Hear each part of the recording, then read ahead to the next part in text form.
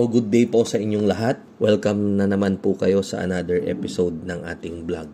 Na kung saan ang topic po natin for today ay tungkol sa katanungan ng marami. Ano daw ba yung mga dapat ikonsidera, mga dapat gawin kapag sila ay nagkaroon ng interes na mag-alaga ng paitloging manok?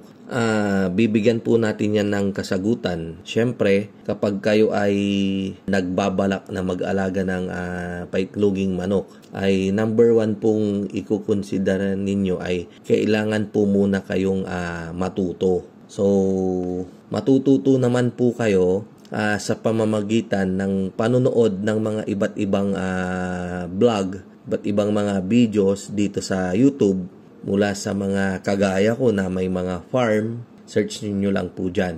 Yan. Yung dito na lang po sa ating channel ay marami na po tayong mga na-upload na videos. Yan, more than 367 na ba as of yesterday. Ayan, so manood-nood lang po kayo ng mga video para matuto po kayo kung ano yung mga dapat gawin. And then, kailangan yung ikonsidera ay dapat yung place na paglalagyan ninyo. Yung place na paglalagyan po ninyo ay depende rin po sa volume or sa capacity ng aalagaan ninyong paitloging manok.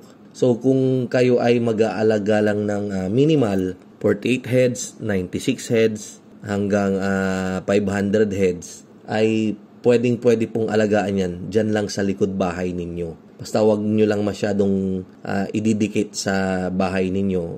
Lagyan nyo ng mga, siguro mga 5 meters away, ganyan. Masyadong manageable yan. Madali lang siyang linisin. Alam nyo naman, palagi kong sinasabi, ang paitloging manok ay hindi gaanong malangaw. Actually, hindi siya mabaho kumpara sa dun sa 45 days kung tawagin natin or dun sa broiler. Ngayon naman po, kung medyo above 500 for hanggang 1,000 ganyan, pwede rin namang backyard pero yung medyo malaki-laki yung area ng kanilang bakuran. Yan po, so medyo didistansya nyo lang po ng konti, mga 15-20 meters away. Disclaimer, minsan, kahit konti lang yung alaga natin, kahit sa 10, pasintabi lang po, kapag may kapitbahay tayo na makomplain, wala tayong magagawa. May makita lang yan na isang langaw na palipad-lipad dyan, talagang magko-complain na. Ayan, maya kinakatukan ka para sabihin na mabaho, malangaw, di ba? At syempre, kapag tayo din yung nag-alaga ng mga paitloging manok na ito, syempre marunong din tayo dapat makisama. So kapag medyo nangangamoy, sakali lang na nangangamoy yung manukan natin, dapat meron tayong regular na paglilinis para hindi na siya mangamoy. Mangangamoy lang naman po yan kapag nabasa po yung ipot. And then yung langaw naman, very minimal. Sakaling malangaw, may mga prevention tayo na pwedeng gawin. Ayan. So, isa na dyan yung binlog ko na powder siya. Sobrang attractant sa langaw kasi may amoy siya na hindi rin maganda. Kapag itinutok natin yung ilong natin, maamoy mo talaga na mabaho. Pero gustong-gusto yun ng langaw.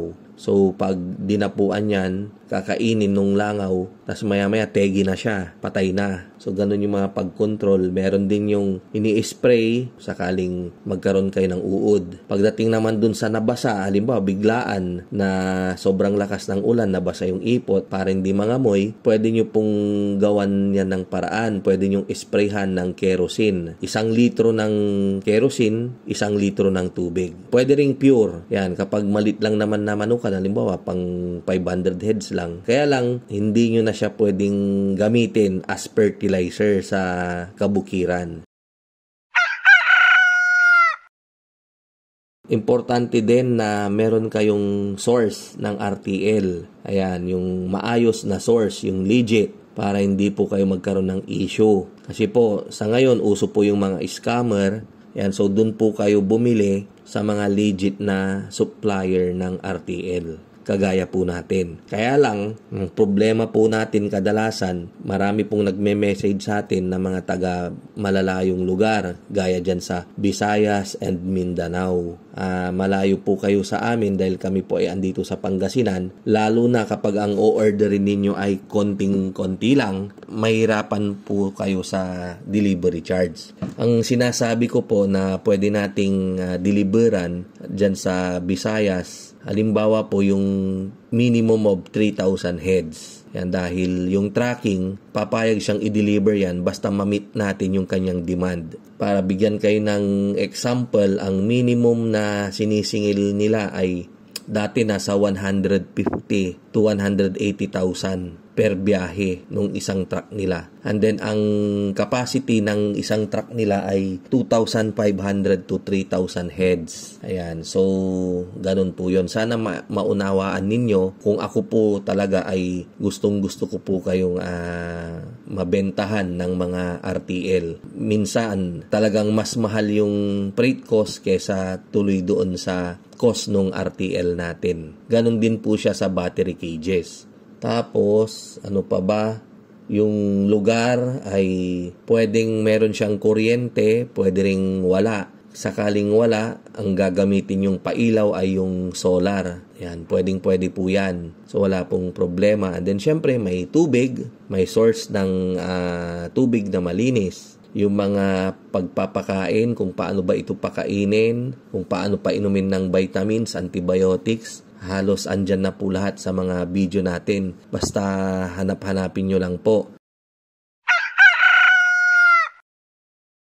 Doon sa nagtatanong kung taga saan pala tayo, dito po tayo sa Pangasinan. Ako po ay taga Dagupan City. Pero yung mga farm natin ay meron po tayong mga farm sa iba't ibang bayan dito po sa Pangasinan. So and then ang RTL po natin sa ngayon ay 360 pesos. 16 weeks po yan. And then, hiwalay po yung delivery charge. Ang delivery charge ay depende po sa layo ng location ninyo dito po sa amin. Kaya ko po tinatanong yung location ninyo para matansya yung delivery charge. Sa mga gustong magpa-reserve sa atin ng RTL, ay i-message nyo lang po ako sa Mang Mags FB page. Ayan, at sa ngayon po ay yung pang February 22 na lang natin yung open for booking.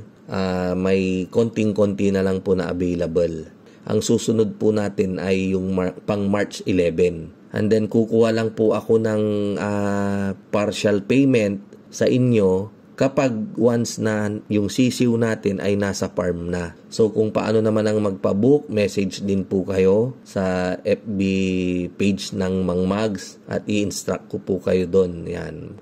Sana nabigyan ko kayo ng idea regarding sa mga, lalong-lalo na yung mga mag-uumpisa pa lang sa pag-aalaga ng paitloging manok. Ayan. And then, asahan nyo po sa mga susunod nating vlog ay i-discuss pa po natin yung mga iba't iba pang mga katanungan na gusto nyong mabigyan ko ng kasagutan. Sa abot ng aking makakaya ay sasagutin po natin yan. Hanggang sa muli, kita-kita po tayo sa mga susunod nating vlog.